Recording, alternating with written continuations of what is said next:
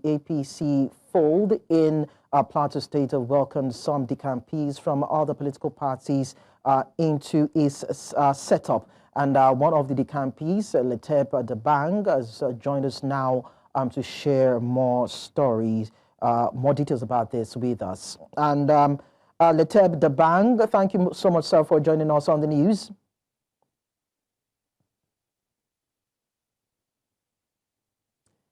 Letep, can you hear me?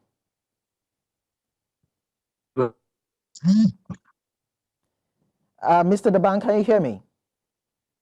I can hear you. Okay, fantastic. So I'd like to find out what motivated your decision to leave your former party and join the Really All Progressives Congress at this point in the Plateau State's political timeline. Well, today I will say we witnessed one of the greatest political gathering on the plateau, which is the defection of critical stakeholders, critical party men from various political parties that have moved to the APC. I think that was what we witnessed today.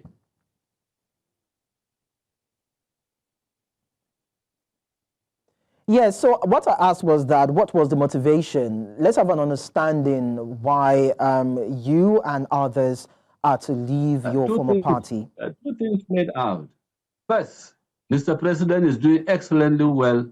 The APC government at the federal level have performed excellently well, as far as we are concerned as political observers. That is the first motivation.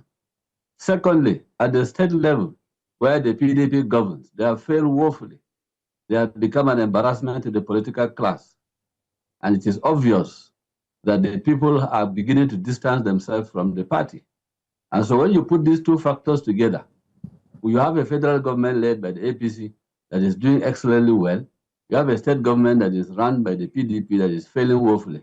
And so these two things combined have propelled people to go to where it is very obvious that democracy is being played out appropriately and people are enjoying the dividends of democracy.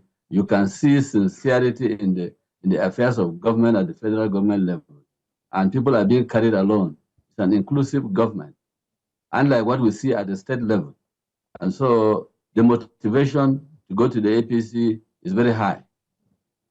All right, so Letep, when you say that the state apparatus under the current leadership of the governor, Mutfwang, has failed woefully, what do you mean or imply?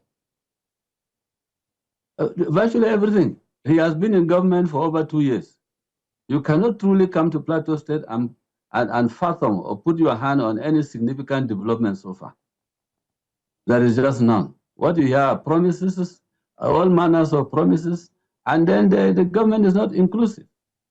It's just a group of cabal that have found themselves at the helm of affairs and operating as if they were dictators, operating as if they were pharaohs in government. And with this kind of development, you expect politicians not to sit down and clap. They will definitely look for where democracy thrives. But do you think that is getting the needed support to manage the affairs of the state as other parties or other states that have had APC in power have been able to do? Do you think it's getting that more needed support for him to do what is needed as the governor of the state? The failure is monumental.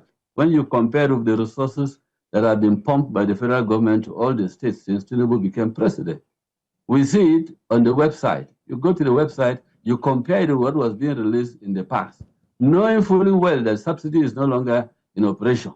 And a lot of money is going down to the local governments, going down to the states, and you cannot really come up with anything that is commensurate with the resources that is being received. You don't need a soothsayer to tell you that. You go to the website, the finance website, and you see all the resources coming in. And then when you look at what is on ground, there is nothing to show for it. Okay, so for you to have moved to the APC, what specific opportunities, or should I say assurances, are there that have been given to you that motivates or that motivated you to move from this party to the ruling party? Like I said, the president is doing excellently well.